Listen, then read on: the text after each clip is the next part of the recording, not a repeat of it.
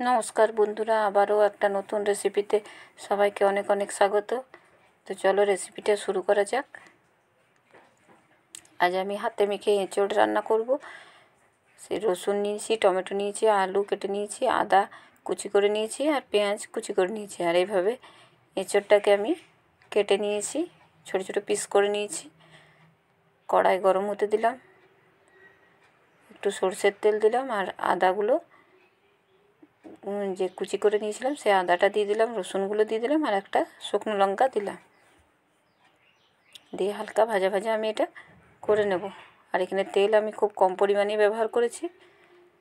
এবার পেঁয়াজটা দিয়ে দিলাম,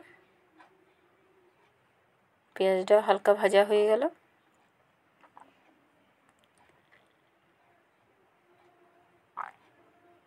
পেঁয়াজটা ভাজা হয়ে গেছে অনেকটাই।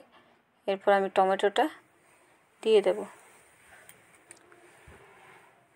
কাঁচা লঙ্কাটাও দিয়ে দিলাম। ঝাল আপনারা যে যেমন পছন্দ করেন সেই অনুযায়ী ঝালটা এখানে দেবেন।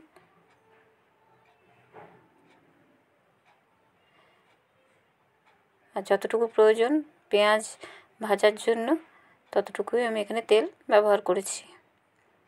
যে একটু টমেটোটা নরম হয়ে গেল, এরপর এটাকে আমি ঠান্ডা করে বেটে নেব। ঠান্ডা করে বেটে নিয়েছি আর এঁচোড় আর আলুটা আমার রয়ে গেল।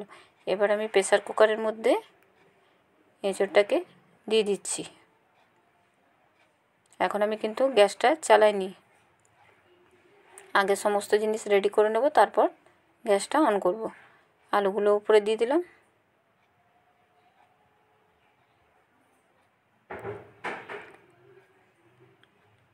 সমস্ত আলুগুলো এইভাবে আমি সাজিয়ে দিচ্ছি।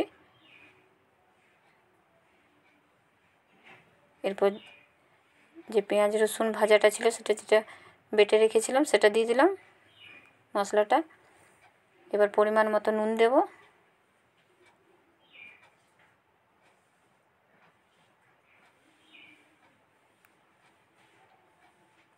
পরিমাণ মতো হলুদ গুঁড়ো দেব,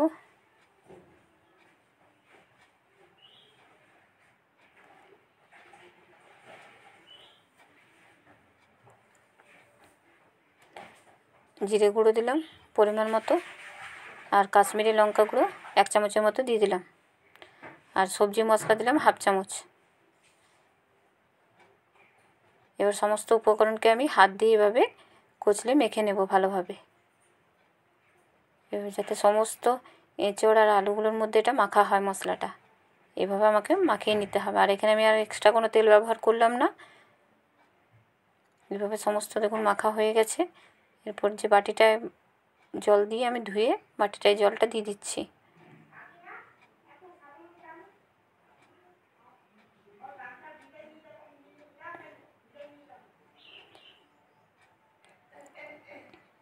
এবার পরিমাণ মতো জল দিয়ে আমি 3 থেকে 4টা সিটি দিয়ে দেবো, তারপর দেখাচ্ছি। এভাবে একবার এঁচোড় রান্না করে দেখবেন, খেতে অসাধারণ হয়। একদম কম পরিমাণ তেলে খুব টেস্টি রান্না হয়।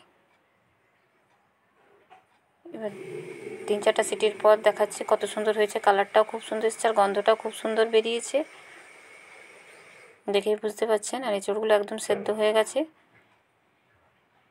আমার রান্নাগুলো যদি ভালো লাগে লাইক কমেন্ট শেয়ার করবেন, অবশ্যই চ্যানেলটিকে সাবস্ক্রাইব করে পাশে থাকবেন। আর ফেসবুক থেকে দেখলে পেজটাকে আমার ফলো করার অনুরোধ রইল।